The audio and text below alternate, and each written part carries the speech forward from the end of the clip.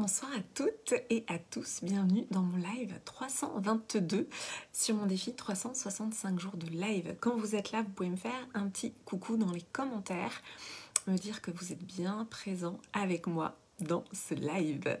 J'espère que vous avez passé une bonne journée. Aujourd'hui, j'avais envie d'aborder avec vous un sujet, je vous ai posé une question. Est-ce que vous vous souvenez de ce temps où tout le monde était entrepreneur? Quiz, petit quiz pour démarrer ce live. Pour celles et ceux qui ne me connaissent pas, je suis Clémence Martin, je suis la fondatrice de The Positive Place. Et donc dans ces lives, je vous partage des petites capsules, soit de bien-être, coucou Valérie, soit de diffusion de ce qui est important pour moi, mes anecdotes, mes enseignements. Bonsoir Marilyn. Donc voilà, quand vous êtes là, vous me faites un petit coucou. Je vois pas forcément toujours qui est connecté. Coucou Valérie. Donc j'avais envie de vous poser cette question. Est-ce que vous vous souvenez de ce temps où finalement tout le monde était entrepreneur?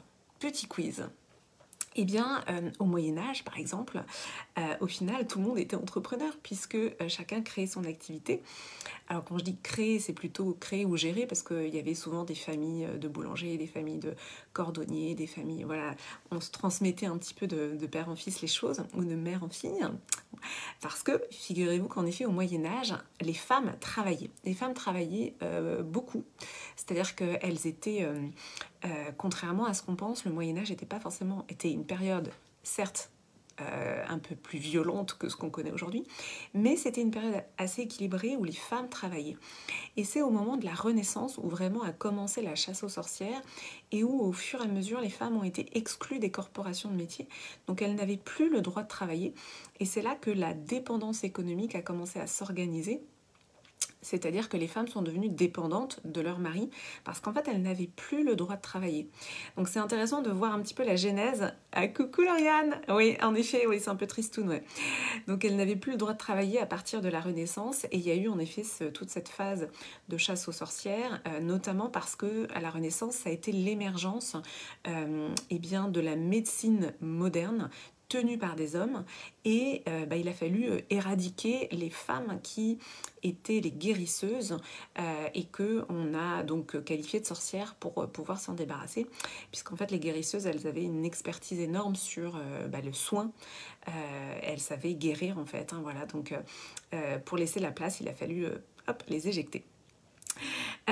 Donc, ce que je voulais vous dire ce soir, c'est qu'en fait, l'état d'esprit entrepreneurial, on l'a entre guillemets perdu.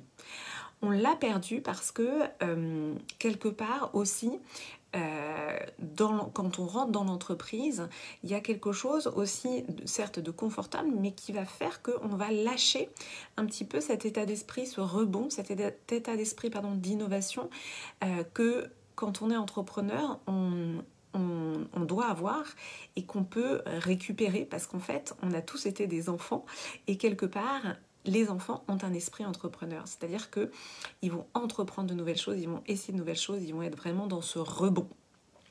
Donc c'est vraiment quelque chose qu'on a à réapprendre, l'état d'esprit entrepreneurial.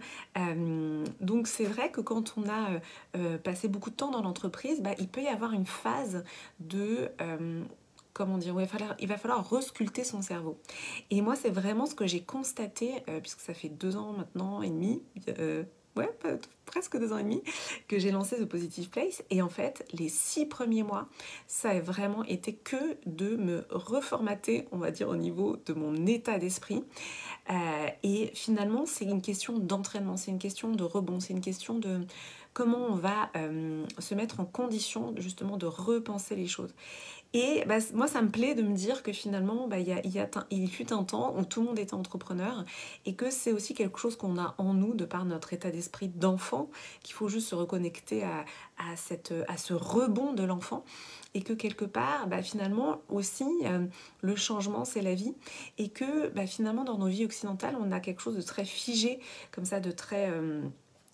immobile aussi et donc pour moi l'entrepreneuriat c'est l'occasion de se reconnecter avec ce changement, avec ce mouvement de la vie et ça ça transparaît aussi partout, dans toutes les sphères, parce que c'est vrai que entreprendre, être entrepreneur, c'est aussi, il y a un écho vraiment dans notre vie personnelle. Pour moi, il y a une distinction qui se fait pas vraiment. Et ce que j'aime, c'est aussi d'avoir ce rebond aussi dans ma vie personnelle, d'avoir cet état d'esprit entrepreneurial qui se répand dans toutes les sphères de ma vie et qui apporte beaucoup finalement de rebond, de fluidité, de légèreté.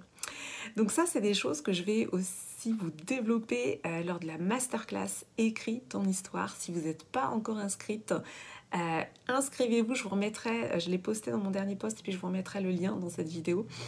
Parce que entreprendre sa vie, c'est aussi écrire sa vie, c'est aussi choisir sa vie, c'est écrire son histoire. Alors j'ai la chanson de, comment il s'appelle, Grégory Le Marchal.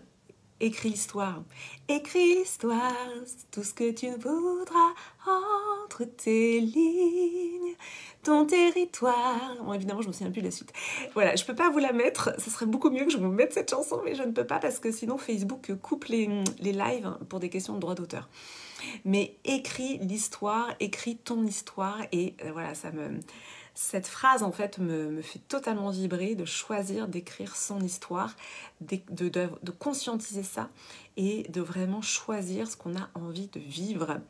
Donc voilà, je suis très heureuse de vous partager tout ça déjà ce soir dans ce live et aussi vendredi dans cette masterclass. Je suis ravie de vous y retrouver si vous n'êtes pas encore inscrite. Merci Lauriane. Demandez-moi le lien en MP et je vous le mettrai aussi dans ce live, tout simplement dans les commentaires de ce live. Je vous embrasse fort. Merci à toutes celles et ceux qui étaient là en live. Merci Valérie, merci Lauriane, Marilyn, Jean-Marie, je vous embrasse fort, fort, fort. Belle soirée à vous toutes et à tous et à demain. À demain.